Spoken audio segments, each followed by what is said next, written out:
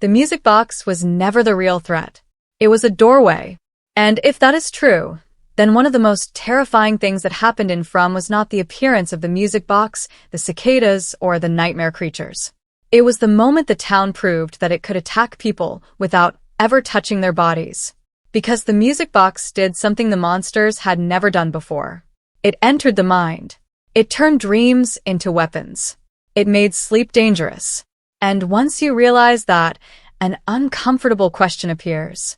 What if the music box was not a new supernatural force? What if it was the first visible sign of a much larger system that has been operating underneath the town from the beginning? That changes everything. Because the people trapped in this place have always believed there were separate mysteries.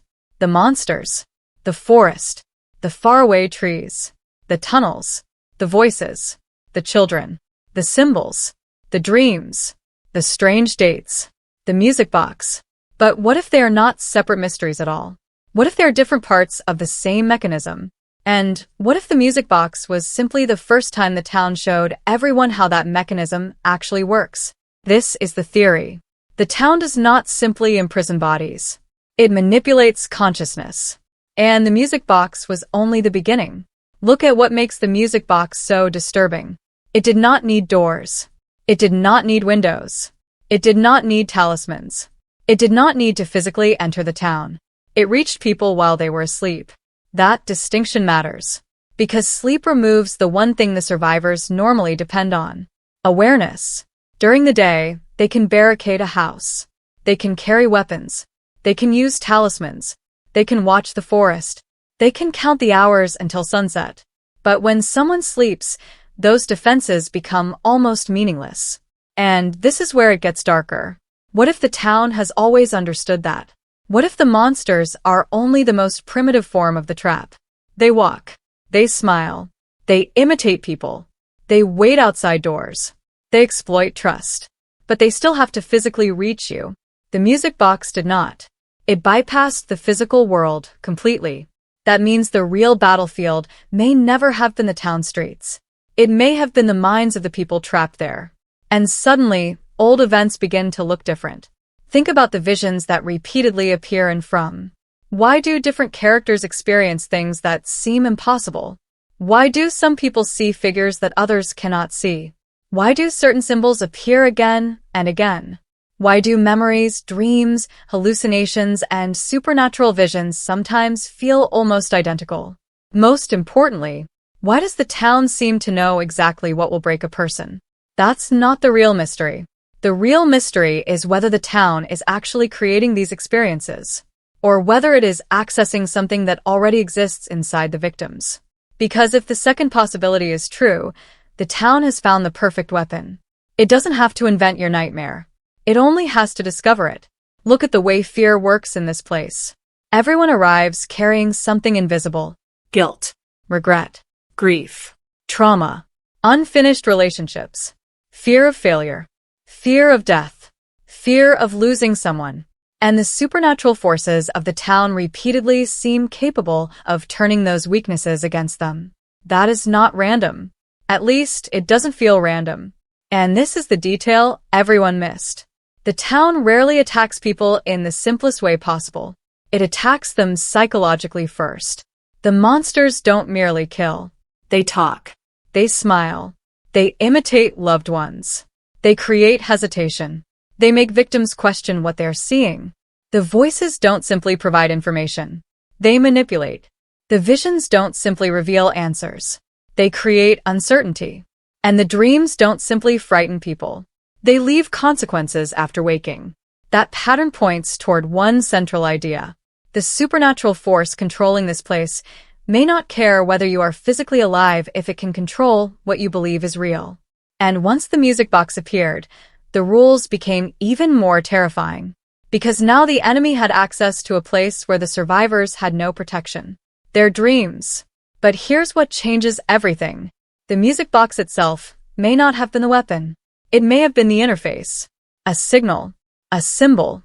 A way for something deeper to communicate with the people trapped inside the town. Think about what a music box actually does. It produces the same sequence repeatedly. The melody returns. Again. and again, and again.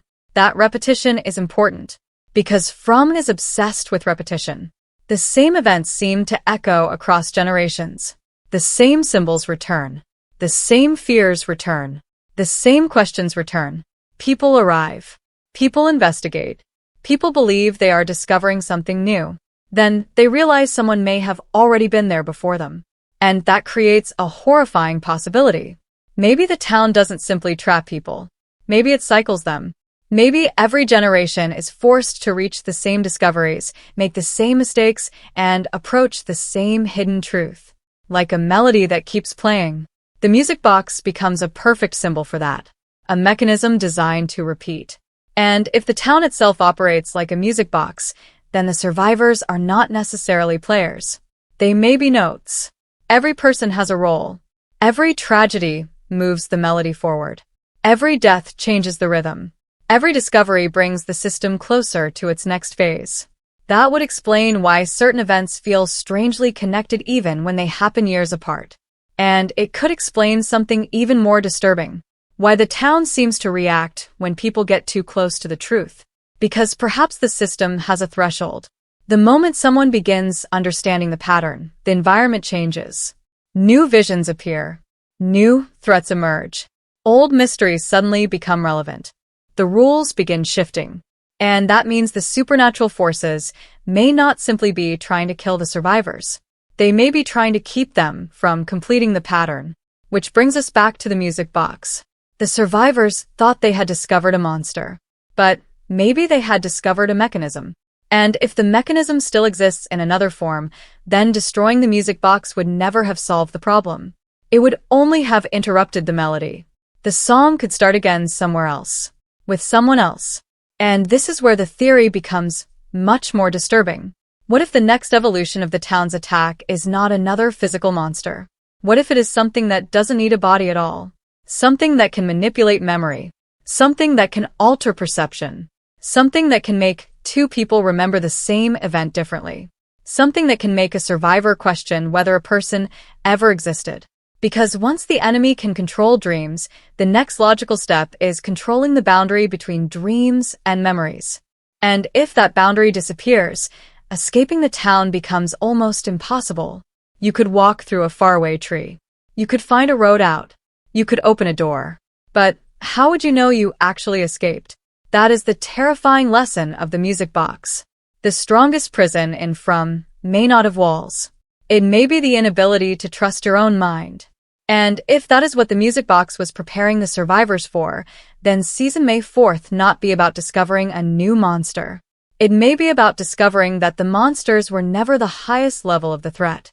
They were only the part everyone could see.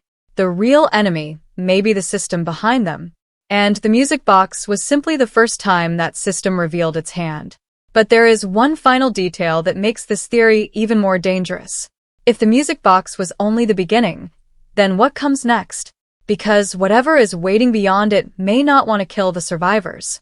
It may want something much worse. It may want them to forget why they are trapped there in the first place. The most dangerous thing about the music box was never the music. It was what happened after people heard it. Because once the survivors experienced the nightmare, the rules of the town changed. And that gives us the next piece of the theory. If the music box was an interface between the physical world and something deeper, then the town's supernatural forces may be operating in layers. The monsters occupy one layer. The visions occupy another. The dreams occupy another. And somewhere above all of them may be the force actually controlling the cycle. That would explain why destroying one threat never seems to solve anything. Remove one layer, another takes its place. But here's what changes everything. The music box did not behave like an ordinary creature. It behaved like a system.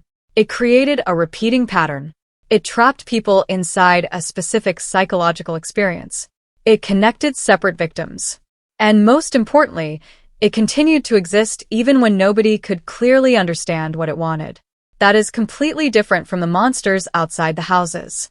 The monsters have recognizable behavior. They hunt. They wait. They deceive. But the music box created rules. And rules are far more dangerous than monsters. Because a monster can be killed. A rule can survive forever. Think about the strange rules scattered throughout the town. Talismans work, but nobody fully understands why.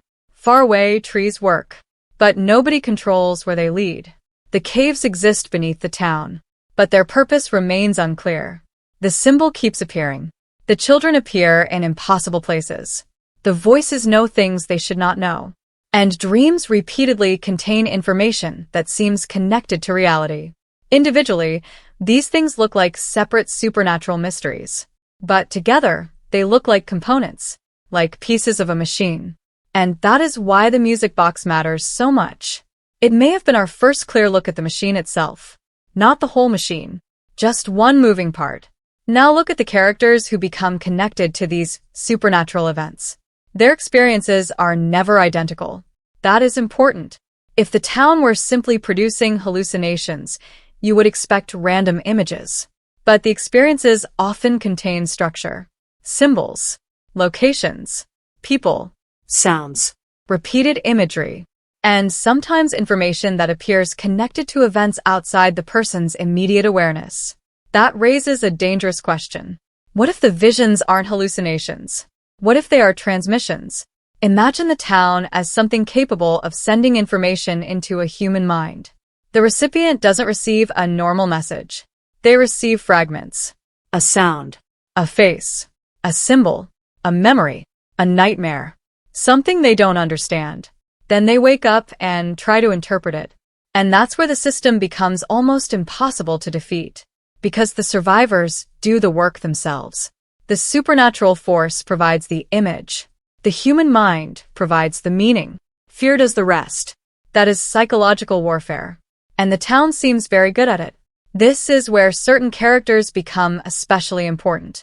Victor has spent decades surrounded by impossible events. Yet one of the most fascinating things about Victor is not what he knows. It's what he doesn't remember. His relationship with memory has always been strange. He has survived for so long that forgetting may have become a form of protection. But what if forgetting isn't accidental? What if memory itself is part of the town's control system? Think about how often characters discover something they had forgotten. A drawing, a place, a person, a childhood memory, a symbol, a detail that suddenly becomes important years later. The town doesn't simply hide information. It appears to bury information inside people. And if that is intentional, then Victor's fragmented memories become much more significant. Maybe the town doesn't erase everything. Maybe it removes only what people need to remember in order to escape the cycle. That would make memory the ultimate battlefield. And suddenly, the music box looks less like a random supernatural object. It becomes the beginning of a pattern. First, the town attacks dreams. Then it attacks perception. Then memory becomes unreliable. And eventually, identity itself could become unstable. That is where this theory becomes terrifying. Because if the town can manipulate what you remember, it doesn't need to lock you inside a physical location. It can make you forget what freedom looked like. It can make you forget who you were. It can even make you forget that you ever wanted to leave. And that may explain one of the strangest patterns in the entire story. People who arrive in the town immediately want to escape. But over time, their priorities change. They become obsessed with surviving. Then they become obsessed with understanding. Then the mystery itself becomes their life. The town doesn't merely imprison them. It consumes their attention. And attention may be exactly what it needs. Look at the way every major discovery creates another question. Find the talismans. Now ask who made them. Discover the tunnels. Now ask who built them. Find the children. Now ask why they are trapped. See the symbol. Now ask what it means. Discover the dates. Now ask who lived through those years. Experience the music box. Now ask what exists beyond it. The answers never end. The mystery keeps generating itself, like a machine designed to keep people searching. And that may be the true purpose. Not keeping people physically trapped, keeping them psychologically engaged with the system. Because a person who stops searching might become dangerous. A person who understands the pattern might become even more dangerous. But a person who is constantly chasing answers? That person is predictable. And the town seems to thrive on predictable behavior. Now think about the monsters again. They don't simply attack randomly. They wait. They observe. They exploit predictable routines. They know when people leave buildings. They know how humans respond to familiar faces. They use patience as a weapon. What if that isn't simply animal behavior? What if they are following instructions? That would explain their strange restraint. They don't always rush. They don't behave like creatures driven purely by hunger. Sometimes they seem almost theatrical. They wait for fear to develop. They speak. They negotiate. They manipulate. They enjoy the psychological reaction. And that is exactly what makes them compatible with the music box theory. The monsters may not be the creators of the nightmare. They may be another expression of the same system. The music box attacks from inside. The monsters attack from outside. The result is the same. Isolation, fear, confusion, loss of control. And if both forces serve the same purpose, then the survivors have been fighting the wrong battle. They have been asking, how do we kill the monsters? Maybe the real question is, who needs the monsters? Because if something created the system, the creatures may only be tools. And tools can be replaced. This is why the music box was only the beginning. The moment the survivors discovered that supernatural forces could enter dreams, they should have realized something fundamental. The walls of the town were never the real boundary. The human mind was. And once that boundary was broken, every other mystery became more dangerous. A faraway tree is dangerous because you don't know where it will send you.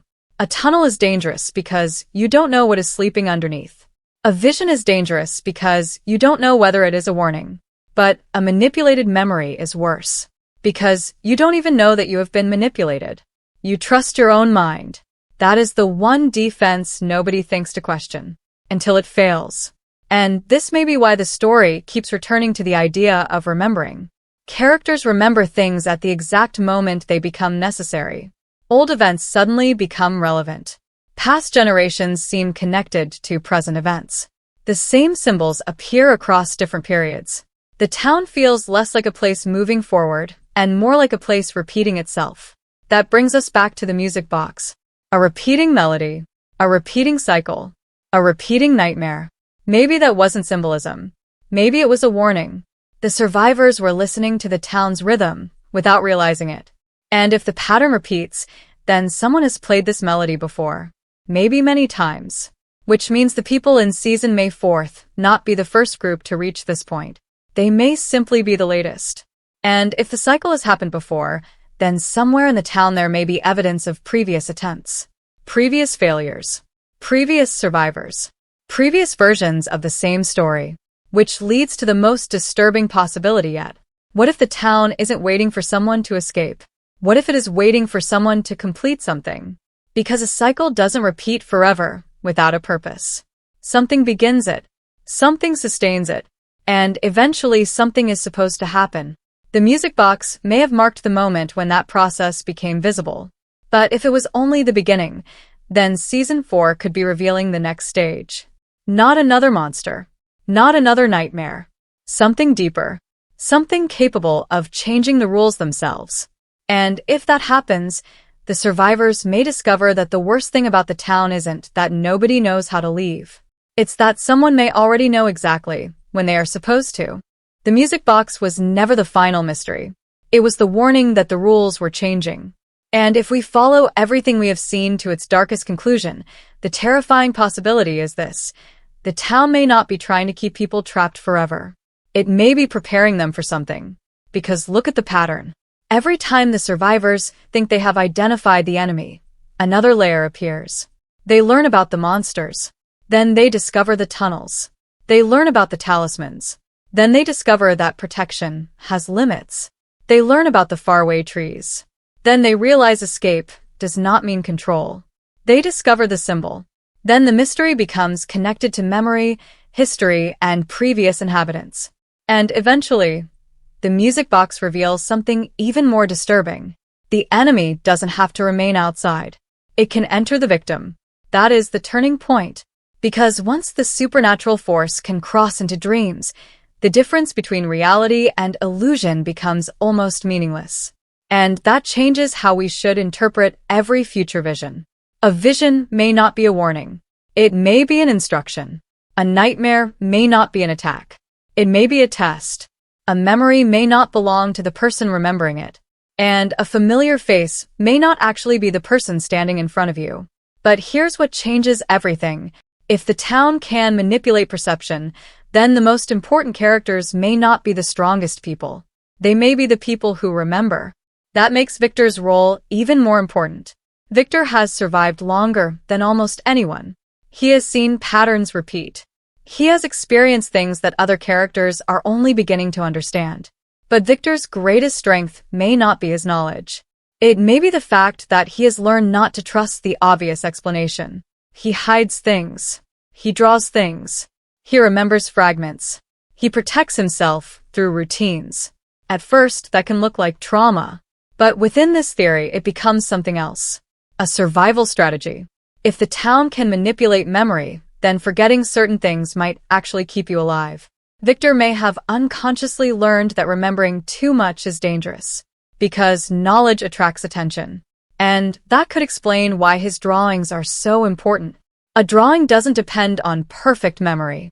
It preserves an image outside the mind, something that cannot be altered as easily.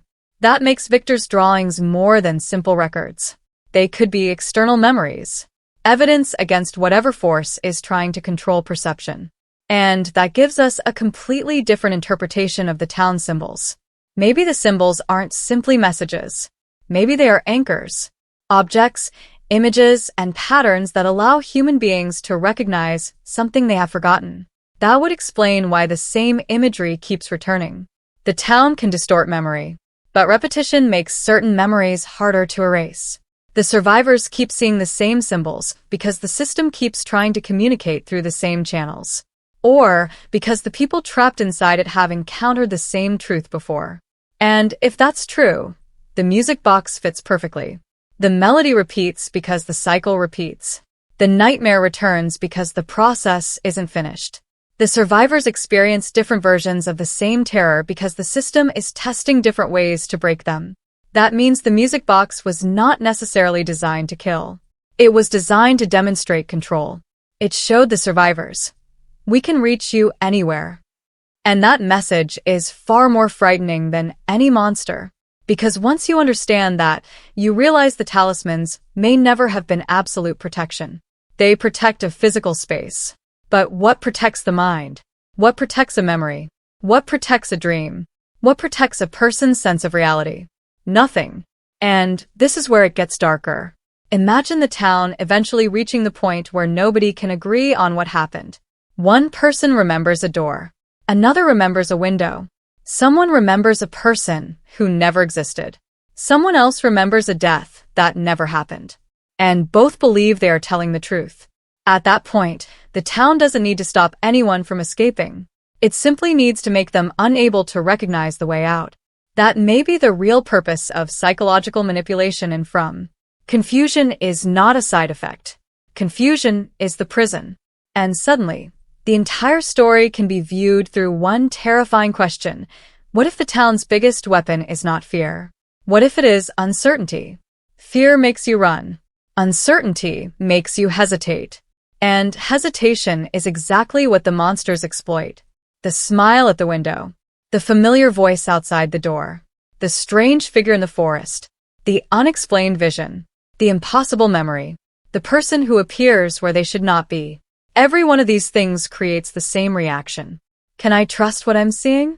And once that question enters your mind, the town is already one part of the battle.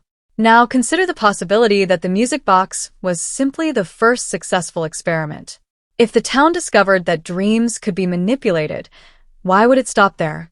The next step would be memory, then perception, then identity, and eventually choice.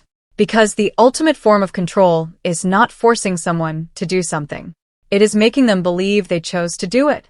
That would completely reframe the behavior of certain characters. What if some decisions that look irrational are actually influence decisions? What if someone is being guided toward a location without realizing it? What if certain characters are not discovering clues independently? What if they are being led? And this is the detail everyone missed. The town rarely gives complete answers. It gives just enough information to make someone take the next step. A vision, a voice, a symbol, a coincidence, a strange encounter, then another. The survivor connects the dots. But who placed the dots there? That's the real mystery. Because if someone is controlling the sequence of discoveries, then the investigation itself may be part of the trap. The survivors may believe they are solving the mystery, but the mystery may be solving them. Learning their fears, learning their weaknesses, learning who they trust, learning what they will sacrifice, and perhaps determining who is capable of reaching the final stage. That would explain why the town seems obsessed with certain individuals. Some people see more. Some remember more. Some hear more. Some are repeatedly pulled toward the supernatural. That may not be coincidence. They may be the people the system needs. And if that is true, then the town's goal may not be random suffering. It may be selection, testing, preparation, a process designed to identify the person capable of completing the cycle. Which brings us back to the music box one final time. Why a music box? Why not a normal creature? Why not a simple hallucination? Because a music box is built around repetition. You wind it, it plays. The melody ends. Then you wind it again. The melody returns. That is the town. Something winds it. Something starts the cycle. People arrive. People suffer. People discover clues. People die. Someone remembers. Someone forgets. And then the cycle begins again. The music box wasn't telling us what the town was. It was showing us how the town works. And if that interpretation is correct, then the survivors have been staring at the answer without recognizing it. They don't need to destroy every monster. They don't need to understand every symbol.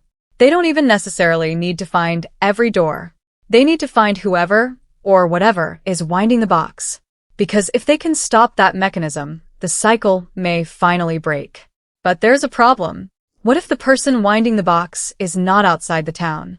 What if the mechanism is inside one of the survivors? What if every generation carries a piece of it?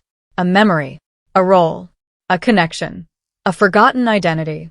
And what if the town has been waiting for someone to remember exactly who they are? That would make the final mystery brutally simple. The question isn't, how do they escape? It's, why were they chosen? Because if the music box was only the beginning, then the next stage of the story is not about surviving the nightmare. It's about discovering the purpose of the nightmare. And that is where everything we thought we knew about the town could collapse. The monsters may not be the masters. The visions may not be random. The dreams may not be dreams. The symbols may not be warnings. And the music box may not have been a weapon at all. It may have been a key. A key that opened the first door into the real system controlling the town. And if Season 4 continues following that pattern, the next revelation could be the most disturbing one yet. The people trapped in From may not be prisoners waiting to escape. They may be participants in a cycle that has been running for generations. And someone somewhere may already be preparing to play the next song. So when the next impossible vision appears, when another forgotten memory suddenly returns, and when the survivors hear something familiar coming from somewhere it should not be, remember the music box. Because the first melody already played. The terrifying question is whether the final note has even begun.